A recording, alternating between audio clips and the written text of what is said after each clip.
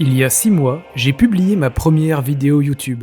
Autant vous dire que j'étais aussi stressé que la première fois que j'ai parlé à une fille. Bref, ce fut un grand pas, et avec près de 50 vidéos publiées aujourd'hui, je vais vous partager mon aventure. Voici mon retour d'expérience, mes succès, mes échecs, mes projets, et mes réponses à vos questions en fin de vidéo.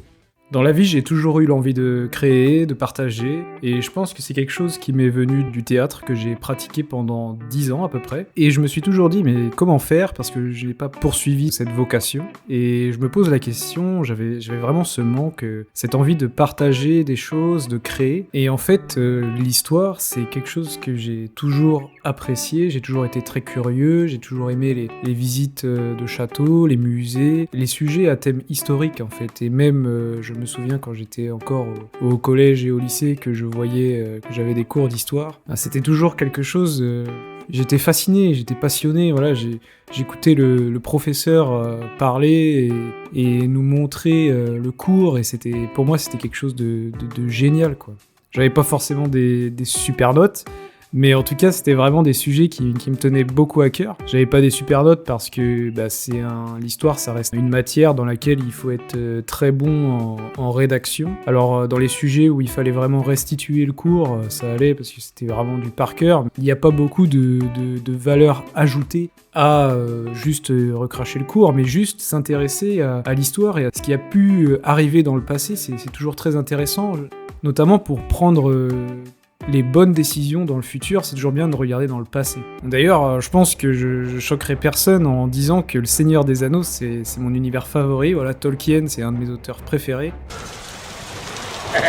Et j'adore l'univers médiéval fantastique, pour moi c'est vraiment quelque chose de génial, et c'est pour ça que en fait je me suis dit, mais tu aimes l'histoire, tu as envie de créer, comment tu pourrais faire? Eh bien, tout simplement en fait je me suis dit, pourquoi pas lancer une chaîne YouTube? De toute façon, j'ai jamais eu la prétention de me dire ok, je vais devenir un gros youtubeur style Nota Bene. Non, c'était pas du tout mon ambition. Je me disais bon, j'ai juste envie de partager, de créer, et l'avantage du format de YouTube, c'est que voilà, ça permet d'être libre sur ces sujets, d'être libre en termes de production, c'est-à-dire que j'ai pas de contraintes en termes de temps pour me dire ok, je dois produire tant de vidéos en tant de temps. Non, voilà, c'est vraiment quand j'en ai envie et au moment où j'en ai envie, et voilà, je crée, je recherche, j'écris, je fais mes montages, et à la fin, je publie la vidéo.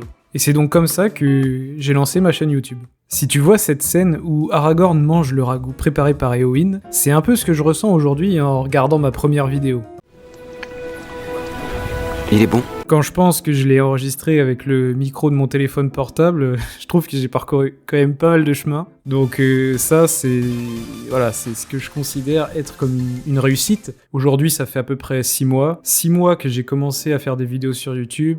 Quand je regarde ma première vidéo et que là, je regarde la dernière vidéo que j'ai publiée sur les ninjas, bon, on voit quand même qu'il y a une différence notable en termes de récit, en termes de production, en termes de qualité de vidéo. Voilà, c'est plein de choses qui font que voilà, il y a quand même eu une montée en compétences assez importante. Je tenais vraiment à remercier tous les gens qui regardent mes vidéos, qui sont abonnés, qui laissent des commentaires, voilà, que ce soit positif ou négatif, peu importe, mais en tout cas qui me permettent d'évoluer. Donc ça, pour moi, c'est un grand soutien, et je vous remercie beaucoup pour tout ce que vous m'apportez au quotidien. Voilà, aujourd'hui, vous êtes là, quand j'enregistre cette vidéo, vous êtes 1971 à être abonné à la chaîne, ce que je trouve juste énorme et incroyable, parce que quand j'ai créé ma première vidéo il y a 6 mois, je me suis dit bon, je fais ça pour le plaisir, et puis même s'il y a une vue, je serai content, parce qu'au moins il y aura une personne qui aura vu la vidéo, et j'aurais pu apporter quelque chose à quelqu'un dans le monde. Et finalement, là je vois que chaque semaine je publie des vidéos, et chaque semaine j'ai des milliers et des milliers de vues sur les vidéos, et ça fait énormément plaisir de voir qu'il y a autant de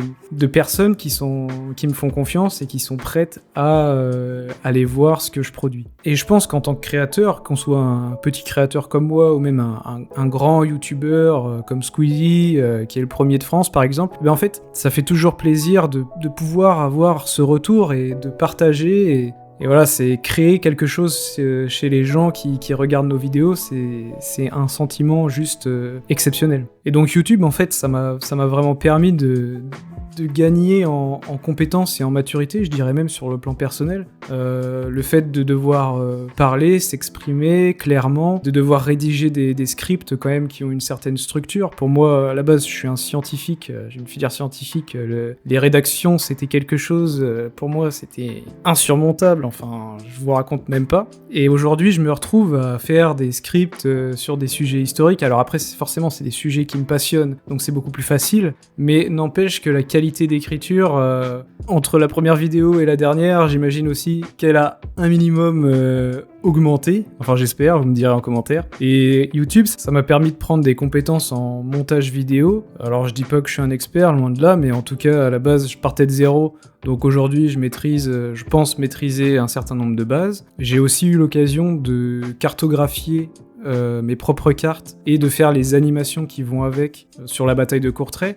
Et d'ailleurs, je vous remercie pour tous les retours positifs que vous m'avez fait sur cette bataille. C'est très encourageant pour la suite, parce que c'est quelque chose que j'ai envie de pérenniser sur la chaîne. Alors par contre, ça demande énormément de temps et beaucoup de travail, parce que entre les recherches, faire les cartes, les animations, le travail est juste énorme.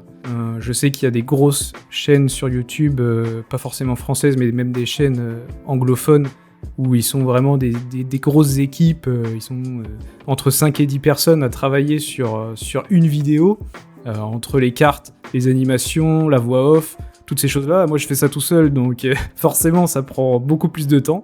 Et en plus, j'ai pas la prétention de dire aussi bon qu'eux, en tout cas pas pour l'instant, donc voilà, ça demande à prendre encore de l'expérience, mais avec le temps ça viendra. À YouTube, après, c'est pas toujours tout beau tout rose, hein. Moi je le vois, voilà, j'ai aussi des retours négatif, c'est-à-dire que je le vois hein, dans les commentaires, merci d'ailleurs de me remonter quand je fais des erreurs dans les scripts. Alors j'essaye vraiment d'en faire le minimum possible, mais sur des sujets que je maîtrise très peu, en croisant les sources, parfois j'inverse certaines informations, ce qui est pas terrible. Donc vraiment c'est quelque chose sur lequel je fais extrêmement attention, mais je mets encore plus l'accent maintenant parce que voilà, je sais que plus il y a de personnes qui me regardent et plus vous attendez à ce que tout soit précis, carré, etc. L'histoire, ça reste une science en tant que telle, donc on peut pas se permettre de raconter n'importe quoi. Donc voilà, j'essaye vraiment de m'améliorer là-dessus. Comme je vous ai dit en début de vidéo, voilà, les rédactions, c'est vraiment quelque chose que j'ai jamais été très très bon pour faire, donc j'essaye vraiment de m'améliorer là-dessus et de faire finalement de ça un grand axe d'amélioration sur mes vidéos. Puis ensuite, quand vous êtes créateur sur YouTube, je parle aussi pour moi, en fait, il y a des sujets que vous allez trouver, vous, très très intéressants. Enfin, moi, par exemple, je vais trouver un sujet très intéressant, que je vais avoir envie de partager, je vais faire des nombreuses recherches, je vais passer beaucoup de temps sur les recherches, sur la vidéo, les documents historiques, et en fait, le sujet plaît pas, enfin, ou en tout cas n'intéresse pas, la vidéo fait un flop, et là, je pense que c'est un sentiment que déjà tous les gens qui ont fait de la création, que ce soit sur YouTube, Instagram, ou tous les autres réseaux sociaux, ou plateformes de création qui puissent exister, ont déjà ressenti, c'est-à-dire qu'il y a des sujets qui parfois nous tiennent à cœur et qui parfois n'intéressent pas forcément l'audience sur laquelle on se positionne, et donc forcément ça crée un certain sentiment de frustration ou déception envers soi-même, et voilà, ça c'est vraiment le côté un peu imprévisible qu'il peut y avoir quand on fait de la création de contenu.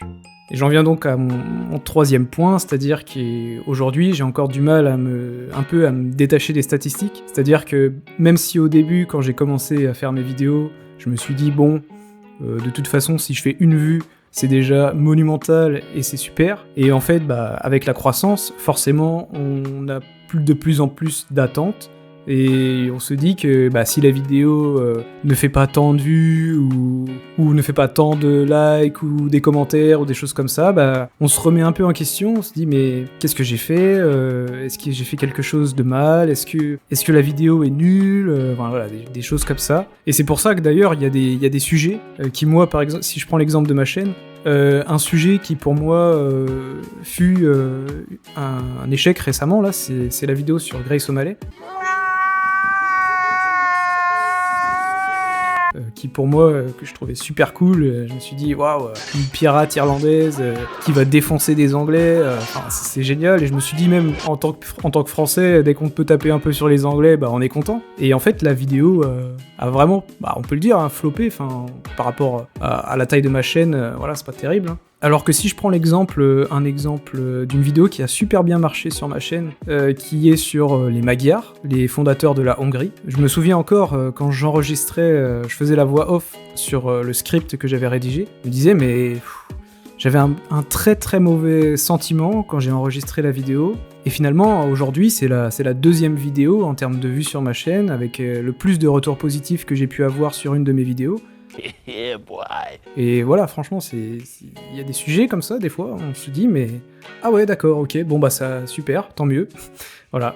Ce qui est encore important pour moi, c'est de réussir à se détacher de tous ces statistiques. Parce qu'en fait, derrière, ça reste difficile à mesurer, de pourquoi, du comment, et donc c'est difficile de capitaliser juste là-dessus pour s'améliorer. Donc à la rigueur, je préfère largement capitaliser sur des commentaires qui peuvent être jusqu'à même très virulents, mais ça je comprends, il y a des gens qui passent pas forcément des bonnes journées et qui des fois se défoulent un peu sur internet. Ça, j'ai pas de souci avec ça.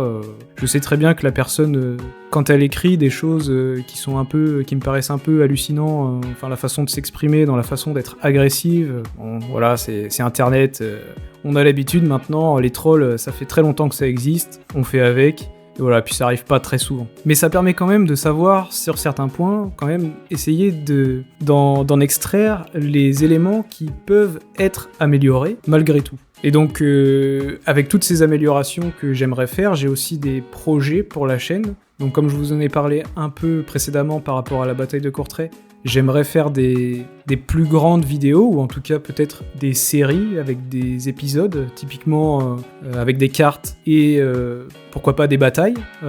Alors on pourrait imaginer un sujet type guerre de 100 ans ou guerre des Gaules, ce genre un peu de grandes périodes qui ont marqué l'histoire et qu'on pourrait animer via des cartes avec les territoires, les batailles qui ont eu lieu, etc. Et donc ce serait vraiment orienté plus un format documentaire, mais c'est comme je vous l'ai dit, c'est quelque chose qui prend énormément de temps, donc je sais pas exactement quand je pourrais faire ce genre de vidéo, mais avec le temps, c'est ce que j'aimerais faire.